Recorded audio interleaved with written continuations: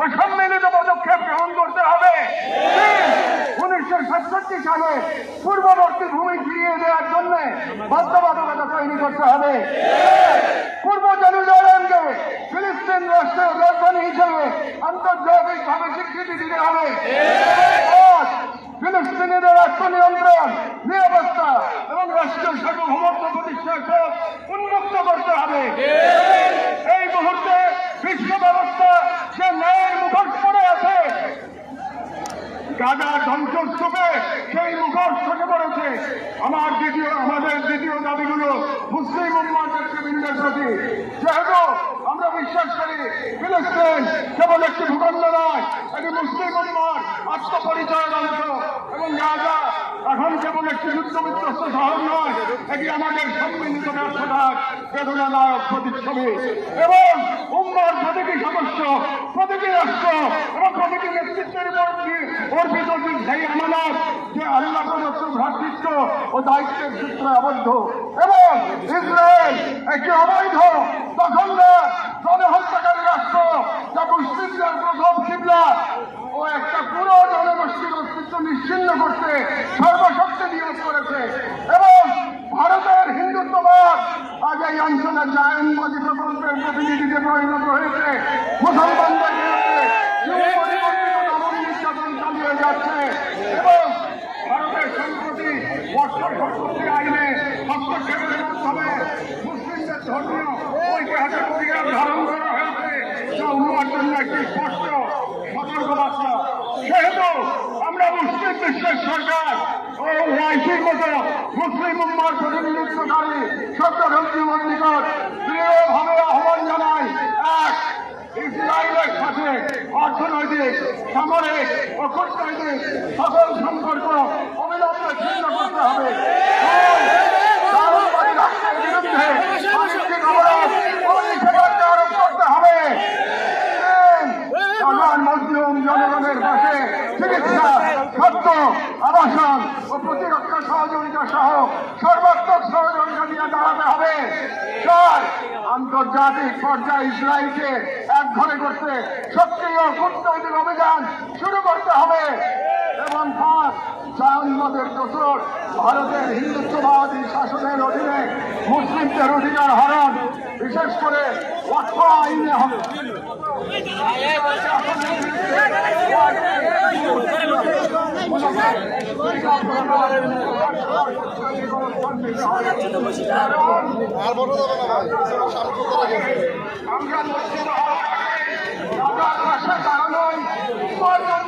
সম্মানের একমাত্র এবং যে নেতৃত্ব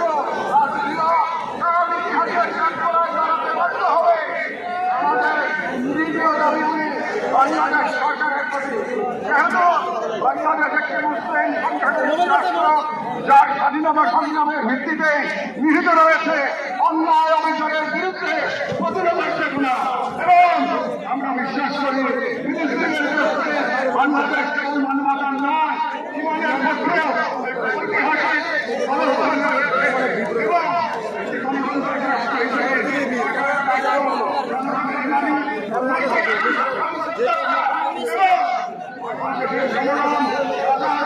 অঙ্গীকার করছে।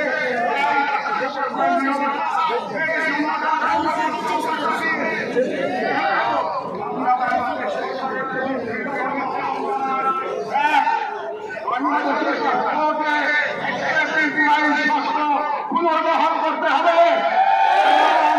ইসরায়েলকে রাষ্ট্র হিসেবে স্বীকৃতি না দেওয়ার অবস্থান আরো সুস্পষ্টভাবে প্রকাশ করতে হবে। 2, সরকারের ইসরায়েলি কোন প্রতিষ্ঠানের সাথে যত চুক্তি হয়েছে তা বাতিল করতে হবে। রাষ্ট্রীয়ভাবে গাজায় ত্রাণ ও চিকিৎসা সহায়তা পাঠানো কার্যকর ব্যবস্থা নিতে হবে।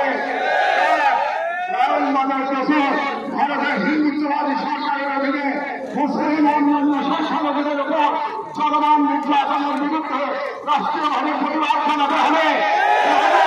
হিন্দুত্ববাদ আর শুধু একটি হিন্দুত্ববাদ আর শুধু একটি স্থানীয় মতবাদ নয়, বরং আন্তর্জাতিক অন্যতম দোষর।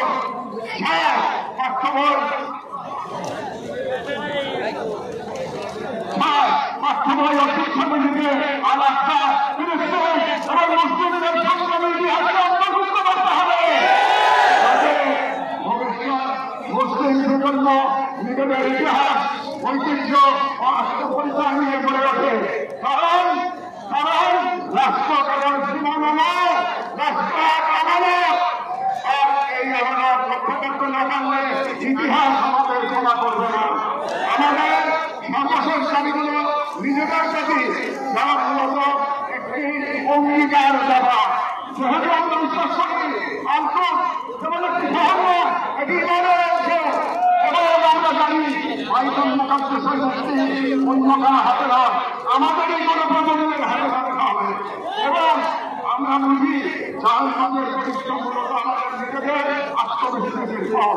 এবং আজ যদি আমরা করতে হয় তাহলে আমরা রাখার আমাদের সন্তানেরা হয়তো এমন এক বাংলাদেশ পাবে যেখানে হিন্দুত্ববাদ ও জায়নবাদ একত্রে নতুন গাজা তৈরি করবে। এবং গাজা আমাদের জন্য এক আয়না, যেখানে আমরা দেখতে পাই কিভাবে বিশ্বাসী হওয়া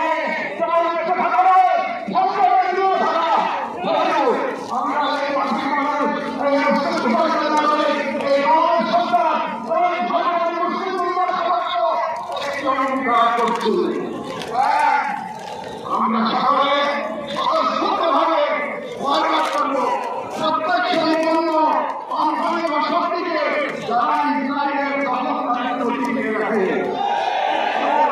আমরা আমাদের সমাজ ইসলাম ও মুসলিম সকল প্রতি অন্যান্য সংগঠন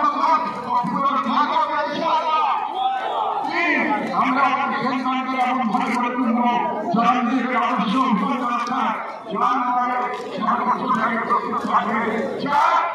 আমরা বিভক্ত হব না। আমরা থাকবো যাতে এই বাংলাদেশ কখনো পরবর্তী বাংলায় পরিণত না হয়। আমরা শুরু করবো নিজেদের ভাগ থেকে ভাষা, ইতিহাস, শিক্ষা, সংস্কৃতি, অর্থনীতি সব আমরা মনে রাখবো রাজা শহীদরা কেবল আমাদের দোয়া চান না, তারা আমাদের প্রস্তুতি চান। শেষ কথা, শান্তি বর্ষিত হোক রাজা সম্মানিত অধিকারীদের উপর, তাদের উপর যারা নদীর ঝড় করছেন, যারা ইসলামের পথ গ্রহণ দিয়েছেন, যারা ধ্বংসস্তূপের মাঝেও বিশ্বের নিরাপত্তা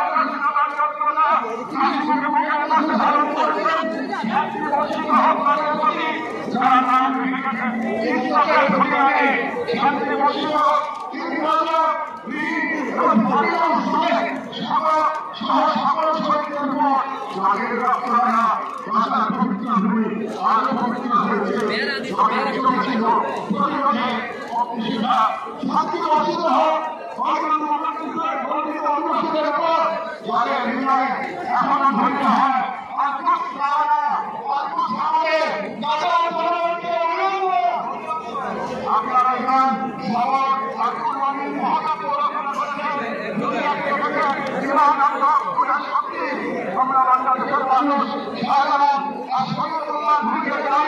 আপনাদের আপনাদের শহীদের প্রতি ভালোবাসা ও সুরক্ষা জানায়। আর আমাদের মাঠে উচ্চারিত হয়